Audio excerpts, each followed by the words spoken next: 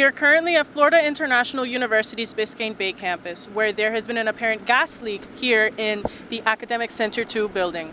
There are 6 fire rescue vehicles here on the scene that are currently trying to assess the damage. All month long, Miami-Dade College will be hosting the Miami Film Festival, which includes film titles from around the world, with some of them including A-list celebrities. Good morning, Samantha and Alejandro. A few blocks away from me is actually the Rayburn office building where the U.S. House of Foreign Affairs Committee is holding the USAID betrayal hearing.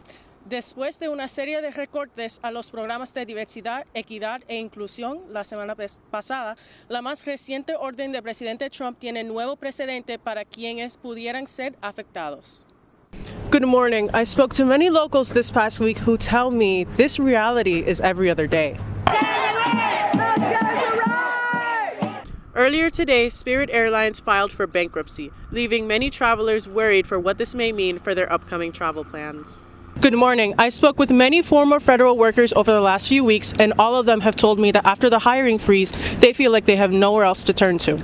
Good morning. Celebrating Florida's birthday at the nation's capital, the Florida House unveiled Sunshine Stories, a series of artworks on maps? Let's check it out. Comments from the USAID betrayal hearing Thursday left advocates concerned for the agency's future and the fate of ex-employees.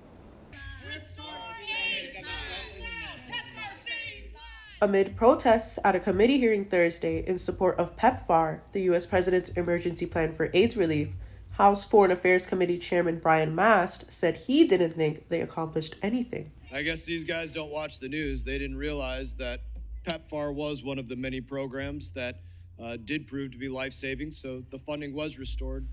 The Republicans hold a majority on the committee, and they were supportive of the Trump administration's decision to dismantle USAID.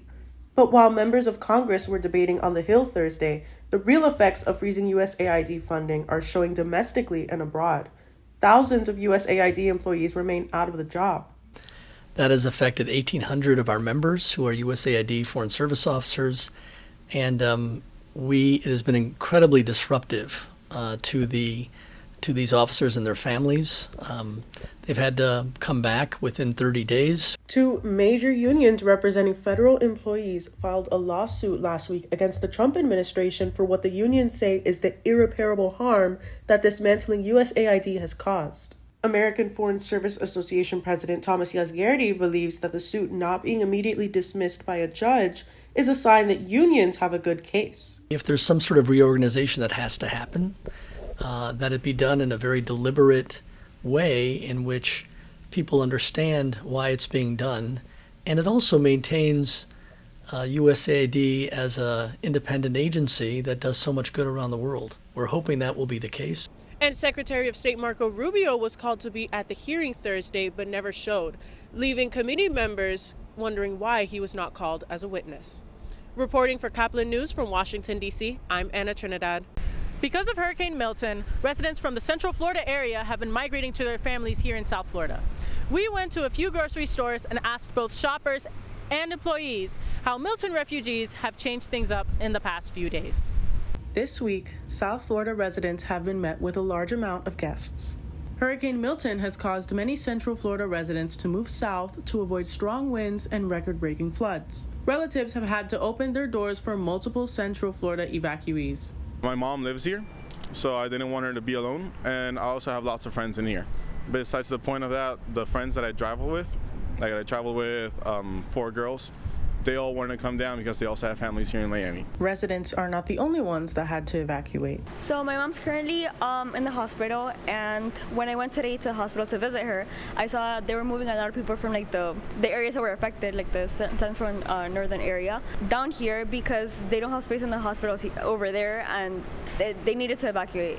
So it's been kind of a lot because they need to share the rooms with multiple people. The combination of both hurricane panic and extra guests have caused South Florida residents to buy essential products in bulk, leaving supermarkets empty. Yes, illicit supplies has been out of stock, like the toiletries, toilet paper, paper towel, the water in the aisles, the milks, and the eggs. Despite the influx of residents from the Central Florida area, grocery stores were able to keep up and restock quickly. Reporting for Kaplan News from Doral, I'm Anna Trinidad. Hello everyone, I'm here at the Tidal Basin, but I'm not just here to see the cherry blossoms, I'm here to show some young artists. Do you guys want to show your artwork? Yeah!